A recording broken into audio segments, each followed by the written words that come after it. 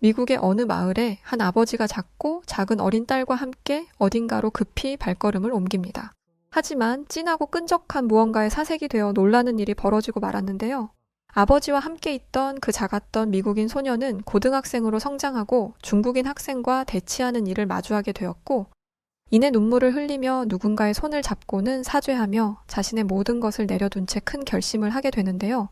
방송국 카메라 앞에서 미국인들을 대상으로 결국 이런 말을 전하게 됩니다. 과연 미국 일리노이에 있던 이 작은 마을에서 대체 그녀에게 무슨 일이 있었던 걸까요? 오늘 사연 시작합니다. 안녕하세요. 저는 미국에서 한국인 스승님 분들과 함께 일을 하고 있는 올해 22살 헤일리 라이트라고 합니다. 저는 3남 1녀 중 늦둥이 외동딸로 태어나서 사랑을 많이 받고 자랐습니다. 그리고 우리 가족들은 많은 걱정들을 하며 온통 막내딸인 저에게 쏠려 있었죠. 왜 그랬냐면 제가 미숙아로 태어났기 때문이었어요. 어머니로부터 들었던 저는 10달을 채우지 못하고 태어났었고 태어나자마자 큰 수술을 받아야 했다고 했어요. 첫 생일을 병원에서 맞이해야 할 정도로 몸이 약했죠. 병원에서 퇴원한 후에는 잔병치레도 잦고 발달도 느렸습니다. 제 몸이 너무 약하다 보니 부모님은 운동이라도 시켜야 하나 고민하셨지만 늦둥이로 낳은 외동딸이 행여나 다칠까봐 걱정이 되어 운동도 쉽게 시키지 못하셨어요. 제 위에 있던 오빠들은 운동을 시키셨습니다. 제가 어릴 때 오빠들은 태권도장에 다녔는데 저는 하얀 도복을 입고 태권도장에 가는 오빠들을 부러워했었고 무작정 그런 오빠들을 따라가겠다며 엉엉 울고 그랬답니다. 그때마다 아버지는 태권도처럼 격한 운동 말고 수영 같은 걸 배워보는 건 어떻겠냐며 저를 달래셨죠. 하지만 하지 말라면 더 하고 싶은 법이잖아요. 저는 품새 연습을 하는 오빠들 옆에서 태권도를 따라하고 그랬습니다. 그렇게 저는 결국 처음으로 오빠들과 함께 태권도장에 입성할 수 있었습니다. 어렴풋 기억도 나요. 하지만 저는 들어가자마자 다시 아버지의 손에 들려 나올 뻔했죠. 태권도장에서 수련하는 도장 단원들의 모습들이 아버지의 생각보다 훨씬 격해 보였던 모습에 아직 어린 제가 다칠 수 있겠다는 생각이 들어서였겠죠. 그러나 아버지 눈에는 위험해 보였을지 몰라도 당시 제 기억에는 그런 도장에서의 모습은 화려하기만 하고 멋져 보였습니다. 흰색의 맹수가 움직이는 그런 모습이었죠. 커다란 기합 소리를 내며 용맹하게 달려가 발차기를 날리는 게 정말 멋있었어요. 아버지는 태권도에 반해버린 제 눈빛이 보이지도 않으시는지 태권도는 정말 아닌 것 같다며 저를 데리고 나가려고 하셨습니다. 만약 그때 태권도장의 관장님이 우리 아버지를 붙잡지 않았더라면 태권도는 아마 제 어린 삶에 다시는 만나지 못했을 수도 있어요. 태권도 관장님은 아버지에게 저의 아팠었던 이야기를 전해 들으시고는 정말 황당한 제안을 해서 아버지가 놀라셨었는데요. 바로 뜬금없게 한의사를 추천해 주셨기 때문이었죠. 이때 아버지는 관장님을 이상하게 생각하셨다고 합니다. 운동을 하러 왔다고 하면 운동을 하라고 설득을 해도 모자랄 마당에 갑자기 의사를 추천해 준다고? 뭐지? 이거 신종사기인가? 아버지 입장에서는 그럴 수 있을 거예요. 태권도장을 다니겠다고 온 아이에게 도장을 다니게 하라고 권유하는 게 아니라 너무 생뚱맞은 답을 내놓았으니까요. 그런데 관장님의 의도는 그게 아니었대요. 운동이 만병통치약이 될 수 없다는 것을 너무나 잘 알고 계셨고 관장님도 한 아이의 아버지로서 자녀의 건강을 걱정하는 제 아버지의 마음을 이해했던 것이었습니다. 한국 사람이었던 관장님은 한의사를 소개해 주셨는데 그 당시 한의학은 미국에서 굉장히 생소했던 의료기술이었기 때문에 아버지도 처음엔 반신반의하셨다고 해요. 하지만 관장님은 저희가 살던 동네에서 워낙에 인망이 두터우셨던 분이었기 때문에 한국인 관장님의 말에 신뢰했고 그런 아버지는 저를 데리고 관장님이 추천하신 한의원으로 향했습니다. 한의사 선생님은 저를 세심하게 살피시더니 다양한 약재를 이용한 약을 처방해 주셨는데 당시에 아버지는 그 처방받은 약을 보고 기겁하셨었다고 해요. 왜냐하면 한의사분이 내려준 약은 걸쭉하고 까만 액체였거든요. 꼭 타이어를 녹여서 만든 약 같았다고 합니다. 아버지도 먹기 겁나 보였던 그 약을 사랑하는 늦둥이 막내딸에게 먹여야 한다고 생각하니 정말 이 상황이 믿기 힘드셨다고 하셨었죠. 원래 보통 알약이나 가루약에 익숙했던 미국인 부모님에게 까맣고 진한 갈색의 액체는 위험해 보이기만 했대요. 그럴 수밖에요. 저희 부모님도 처음 봤던 액체였을 테니까요. 아버지는 안 되겠는지 아버지도 진료받아 약을 받았고 아버지가 먼저 약을 한참 복용하면서 문제가 없는 건지 확인을 해보셨고 그렇게 며칠이 지나서야 아버지는 약에 문제가 없음을 느끼고 제가 처방받은 약을 먹이셨습니다. 한의사분이 내려준 한약의 효과는 대단했어요. 지금까지 에너지를 보충하기 위해 먹어왔던 비타민, 영양제와는 차원이 다른 효과였죠. 이뿐만 아니라 화학 성분 그 자체인 일반 약들과는 달리 자연으로부터 얻을 수 있는 약재들로 만든 것이었기 때문에 미국에서는 흔하지도 않았고 사실 훨씬 믿을만 했습니다. 그때 아버지와 제가 복용했던 한약은 한국의 홍삼과 인삼 등으로 만들어진 약들이었는데 사실 지금이야 한국의 한의학이 워낙 유명하고 한국의 인삼이나 홍삼 제품들이 세계적으로 인정받고 있으며 웃돈까지 얹어야 살 수 있을 만큼 귀해졌지만 그 당시 제가 어릴 때는 인삼, 홍삼의 효과를 모르는 사람이 9할이나 될 때였고 아예 모르는 사람들도 있을 때였죠. 하지만 저는 한의사 선생님을 소개해준 한국인 태권도장 관장님 덕분에 어린 시절 일찍이 인삼과 홍삼 등의 한약을 복용하며 큰 덕을 볼 수 있었어요. 당연히 저는 태권도장에 다녔었고 관장님은 도장에 오는 미국 아이들의 식단이 건강하지 못하다며 태권도장에 오는 아이들에게만큼은 적어도 건강한 식단 관리법을 알려주셨는데 그중에는 한식이 대부분이었어요. 저희 어머니는 기름진 요리가 대부분인 미국 요리보다 관장님이 제시한 식단이 다양한 식재료가 더 조화롭게 들어가 있고 실제로 한식이 몇만 배는 좋은 것 같다며 관장님의 식단표를 최대한 따르셨습니다. 요즘 미국에 한식 열풍이 불고 있는 건 다들 아실 거예요. 저희 가족들은 한국인 관장님 덕분에 한식을 일찍이 알게 되었는데 저희 부모님은 항상 이렇게 훌륭한 한국의 식단 열풍이 늦어도 너무 늦게 미국에 전파되었다며 한식이 미국에 더 넓게 퍼져야만이 미국의 고질병인 고도비만 문제가 해결될 거라고 고개를 끄덕이며 말씀하시곤 합니다. 여하튼 다시 과거로 돌아가서 저는 관장님의 따뜻한 관심과 부모님의 정성 어린 보살핌을 통해 감기 한 번 안 걸리는 튼튼한 몸이 되었고 미숙아로 태어났다는 게 믿기지 않을 정도로 건강해졌습니다. 그러면서 태권도도 몇 년 하니 이제는 익숙해질 만큼 친숙해졌었죠. 그러던 어느 날이었어요. 저는 태권도장에서 굉장히 흥미로운 이야기를 듣게 되는데요. 저희 도장에 새로운 사범님이 오셨는데 관장님은 부모님들을 초빙하고 새로운 사범님에 대해서 소개하시더니 처음 듣는 무술에 대해서 말씀하셨습니다. 그 무술은 택견이라는 거였죠. 택견은 태권도와 비슷하게 흰색 도복을 입는 건 같았지만 좀 더 편안하게 보이는 복장이었고 관장님은 택견은 한국의 오리지널 전통 무술이라며 미국에 알리고자 도장에 사범님을 들이셨다고 해요. 그러면서 사범님의 택견 동작들을 볼 수 있었는데 태권도와 비슷해 보이면서도 묘하게 달랐습니다. 일단 태권도의 기합 소리와는 달리 이크, 에크라는 구령을 붙이더라고요. 그리고 각을 딱딱 맞춰서 절도 있는 동작을 보이는 태권도와 다르게 어딘가 춤을 추는 모양새였습니다. 신기해 보이기는 했지만 솔직히 저의 눈에 그 무술은 그렇게 강해 보이지는 않았어요. 참관했던 부모님 분들도 웃으며 신기하다는 말과 함께 예의상 박수는 치고 있었지만 태권도의 절도 있는 동작에 이미 취해 있던 부모님 분들은 딱히 반겨하는 듯해 보이지는 않았습니다. 하지만 어린아이에 불과했던 저는 춤추는 듯한 그런 동작들이 매우 아름다워 보였고 난생 처음 보는 모습에 호기심을 가지게 되었죠. 저 때의 기억이 아직도 생생할 정도로 택견과 제 첫 만남은 이렇게 특별했습니다. 태권도에 비해 택견은 우리 미국에서 인지도도 별로 없었고 이크, 에크 하며 부드럽게 움직이는 동작 때문에 그걸 익히던 저는 약한 무술을 배운다며 놀림도 받았지만 배우면 배울수록 엄청난 파워를 가진 무술임을 느꼈죠. 택견을 가르치던 사범님은 저에게 이런 말씀을 종종 해주시곤 했어요.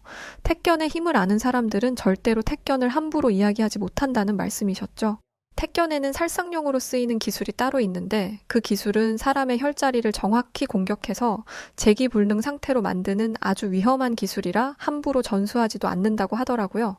사범님과 관장님은 저를 비롯한 아이들이 그 기술을 10수년이 지나도 절대 배우지 못할 수 있다면서 기술의 강력함과 위험성을 계속해서 상기시키려는 모습을 보였습니다.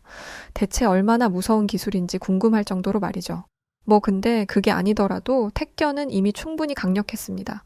같은 도장에서 태권도만 배우고 택견은 배우지 않았던 아이들이 저를 쉽게 보고 대련했다가 발지르기 한 번에 밀려날 정도였으니까요. 태권도에 절도 있는 타격에 익숙해져 있던 아이들에게 택견의 기본 기술인 발로 밀어내는 힘은 낯선 것이었겠죠. 저는 꾸준히 택견을 수련해서 미국의 택견을 널리 알리는 사람이 되어야겠다고 생각했습니다.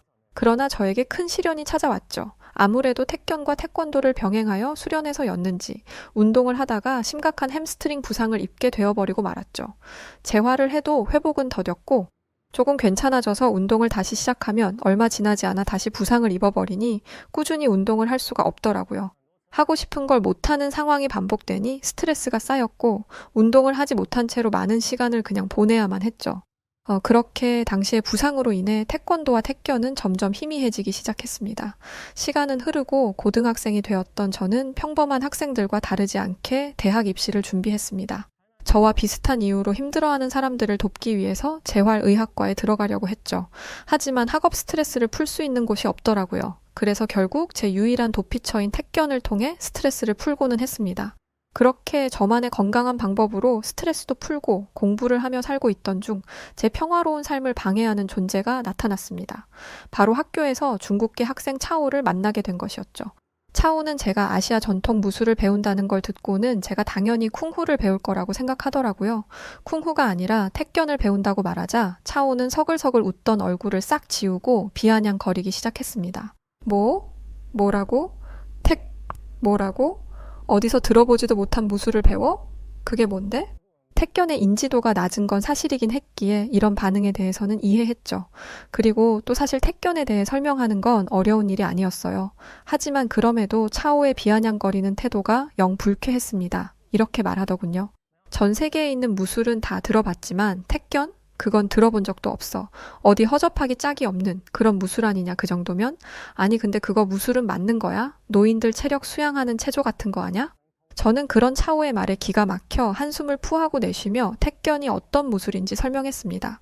태견은 전 세계에 있는 수많은 무예 중 최초로 인류 무형문화유산에 지정된 전통이 깊은 무술이라고 말이죠.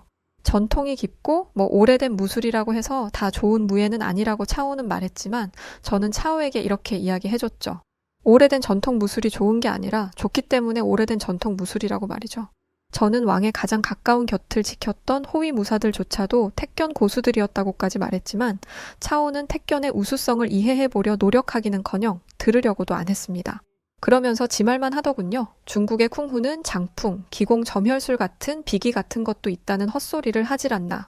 중국 영화에서나 나오는 하늘을 날아다니는 초능력을 가지고 무예라고 저에게 말하는 모습에 코웃음이 났습니다. 하지만 이런 소리를 아무렇지 않게 넘기는 것도 한순간이죠.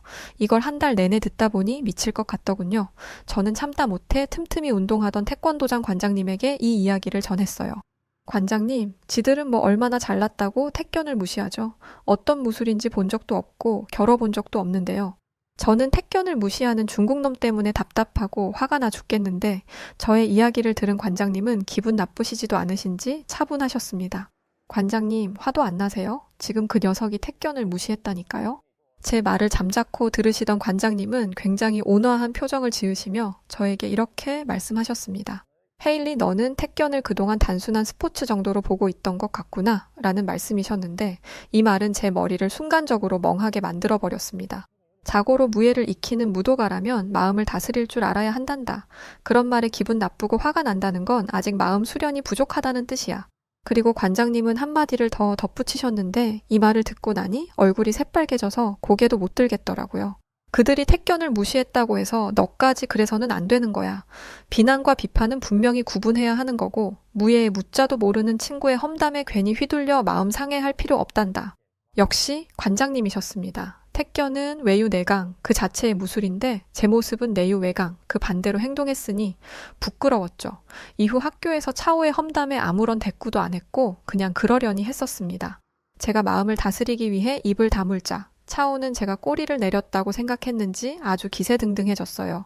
역시 동양 최고의 무술은 쿵후라며 힘 좀 쓴다는 헤일리도 자기 앞에서는 꼼짝 못했다는 얘기를 하고 다녔죠.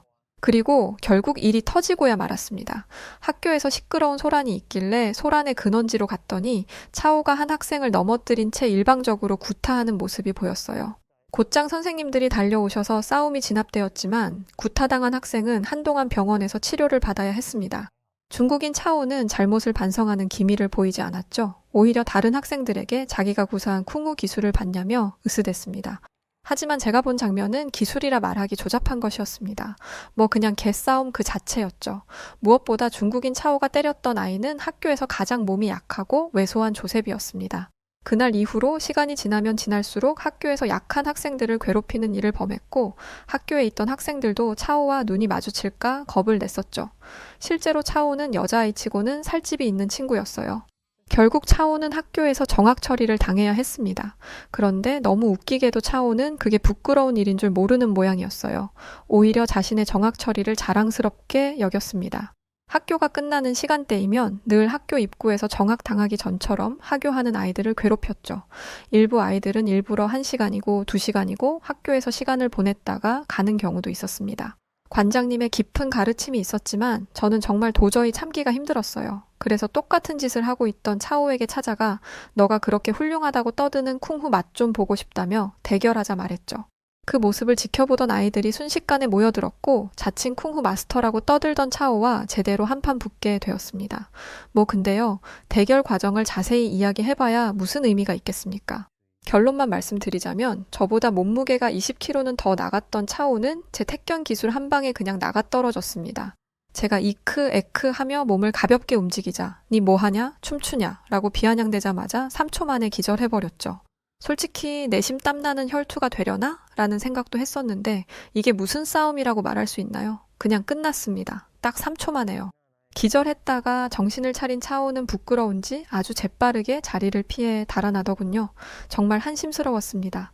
주변에 있던 친구들은 저에게 박수를 쳐줬지만 저는 당시에 화가 나서 한마디 했죠. 저 별것도 없는 중국 놈을 왜 무서워만 하니? 진짜 속상하게 라고 말하고는 저도 집으로 돌아갔습니다. 차오는 정학 처분이 끝난 후에 학교에서 얼굴도 못 들고 다녔습니다. 제가 이를 떠벌리고 다녀서가 아니에요. 저만 보이면 알아서 숙이고 다니더라고요. 저희 둘 사이에 무슨 일이 있었는지 보지 못했던 친구들 중에는 궁금해하는 아이들도 많았지만 그 과정이 유쾌하지 않아서 그냥 저는 말하지 않고 입을 다물었습니다. 단, 차오가 직접 조셉에게 사과하도록 만들었죠. 그렇게 시간이 흘러 저는 대학교 입학 서류를 받아들었습니다. 이제 대학까지 갈 나이가 되었지만 저는 항상 택견에 대한 열정이 남아 있었습니다. 그러던 중 우연히 MMA 경기를 보게 되었어요. 한 여성 선수가 발차기 한 방으로 상대를 KO 시키는 걸 보고는 나도 저 링 위에 서보고 싶다는 생각이 들었죠. 그래서 결심했었어요. 격투기 선수가 되어야겠다고 말이죠. 당연히 가족들의 반대가 심했습니다.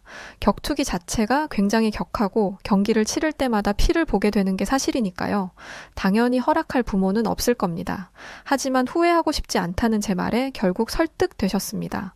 가족들을 걱정시키면서까지 밀어붙인 결정인 만큼 저는 열심히 노력했어요. 하지만 극복할 수 없는 치명적인 단점이 있었습니다. 저는 신장이 작고 팔이 짧아요. 격투기 선수로서는 큰 리스크죠. 무에타이, 주짓수, 유도처럼 그라운드 기술을 쓰는 선수들 앞에서는 맥을 못 추렸습니다. 패배가 반복되자 침체기가 왔어요. 저는 다시 운동을 시작한 걸 후회하기까지 했습니다. 그러던 그때 격투기 선수가 되겠다고 깝죽거리며 다른 운동에 매진했던 저는 한동안 가지 않았던 태권도장 관장님을 오랜만에 뵙게 되었어요.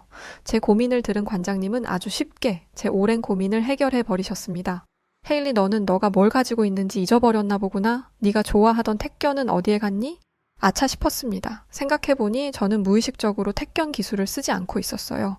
어렸을 때부터 사람에게 직접적으로 기술을 쓰지 않도록 수련해 왔으니까요. 하지만 격투기에서는 그런 걸 신경 쓰지 않아도 되는데 그걸 잊고 있었습니다. 저는 그날부터 택견을 어떻게 격투기에 응용할지 연구하기 시작했어요. 얼마 지나지 않아 일정이 있어서 LA에 갔는데 다양한 스포츠를 하는 사람들이 모여 운동하는 곳이 있다더라고요. 흥미로운 곳이라는 생각에 도착한 그곳에서 한 가지 사건을 겪게 되었습니다. 센터에 들어가 보니 가장 눈에 띄는 사람이 있었습니다. 무에타이 유단자처럼 보였는데 몸놀림이 가볍고 아주 매섭더라고요. 그런데 갑자기 그 남자가 한 호리호리해 보이던 한국인 남자에게 대련을 요청했었죠. 마르기도 했고 몸이 자기보다 가벼워 보이니까 쉽게 넘길 수 있을 거라 생각하는 듯 했어요. 태도가 아주 거만했거든요. 자기를 우러러보는 추종자들에게 으스대고 싶었던 거겠죠. 게다가 무에타이 유단자는 평생 무에타이를 한 사람이었고 한국인 남자는 태권도를 고작 5년밖에 안 배운 사람이라더군요. 두 사람의 대련이 어땠는지 자세하게 이야기하고 싶지만 대련이 좀 길었어야 길게 얘기를 하죠. 무에타이 유단자는 종이 울린 지 얼마 되지 않아서 한국인 남성의 뒤돌려차기에 KO되고 말았습니다. 죽어도 헤드기어를 안 쓴다고 하더니 아마 헤드기어를 안 썼으면 뇌진탕으로 기절했을 거예요.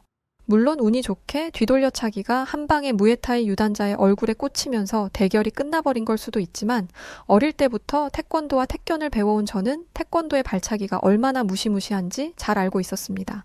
실제 숫자로만 비교해봐도 극명하게 나타나죠. 무에타이의 발차기 속도는 209km에 635kg의 파괴력을 가지지만 태권도는 속도 219km의 무게는 무려 1043kg 수준이니까요. 진짜 제대로 맞으면 갈비뼈가 부러져서 장기에 손상이 올 수 있는 엄청난 파워를 가진 게 한국의 태권도입니다. 세계에서 가장 강력하다고 알려지고 있는 무술이 있죠. 살상 무술이라 불리는 브라질의 전통 무술인 카포에라도 속도 159km에 816kg로 태권도에 비하면 아기 걸음마 수준입니다. 이렇게 무에타이 유단자와의 대련이 심심하게 끝이 났고 모두가 태권도의 발차기 기술을 보며 감탄하고 있었습니다. 이날 이후 저는 팔이 짧고 신장이 작은 제가 기댈 곳은 발차기라는 것을 뼈저리게 느꼈습니다. 그래서 태견과 태권도의 기술을 연구하여 저만의 기술을 만들어냈어요.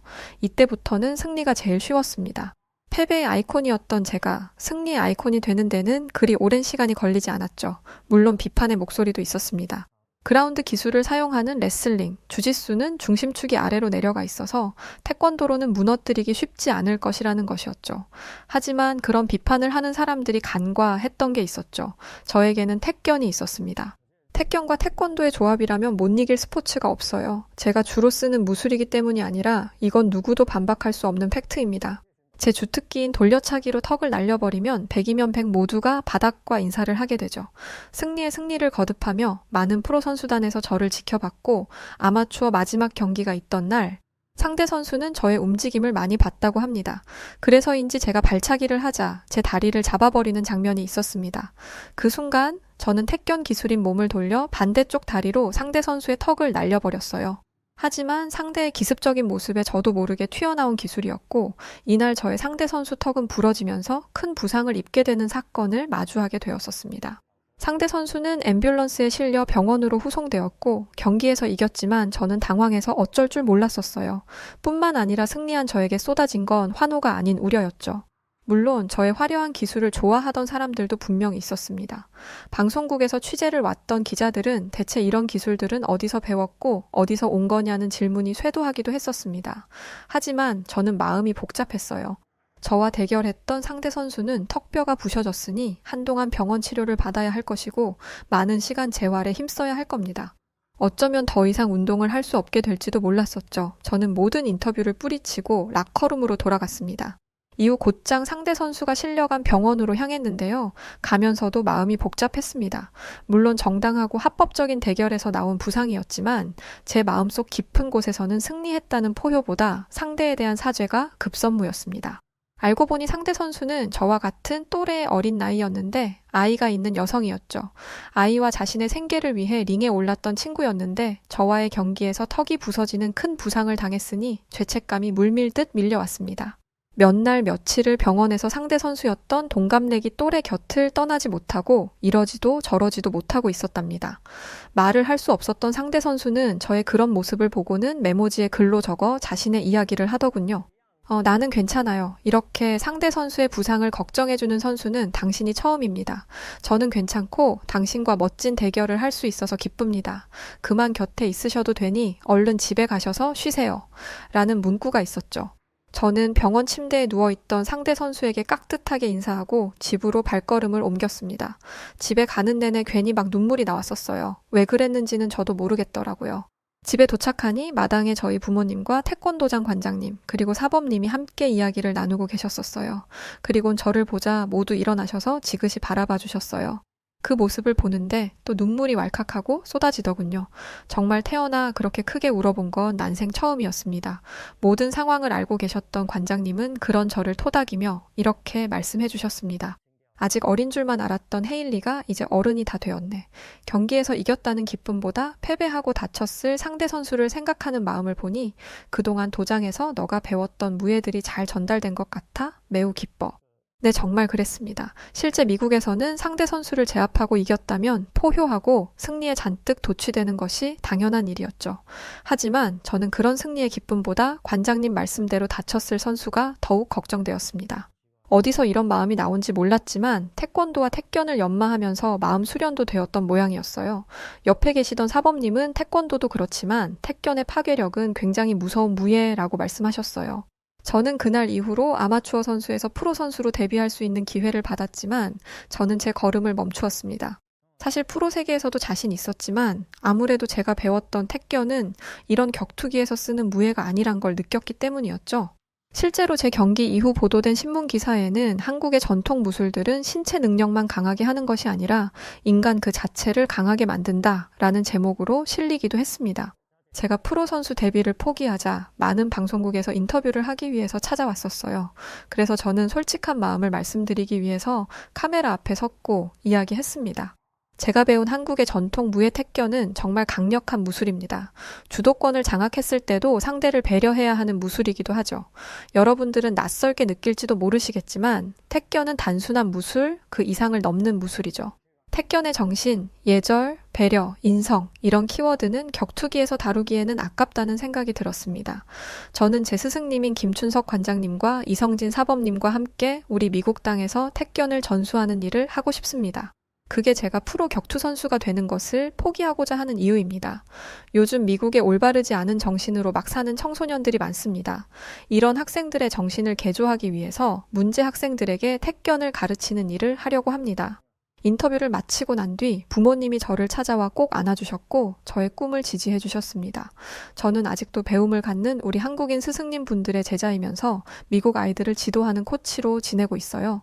정말 제가 작고 어렸던 시기부터 한국인 분들과의 인연이 닿으면서 함께하고 있는데 미국에 태어난 미국인이지만 한국은 저의 두 번째 나라와도 같은 곳이기도 합니다.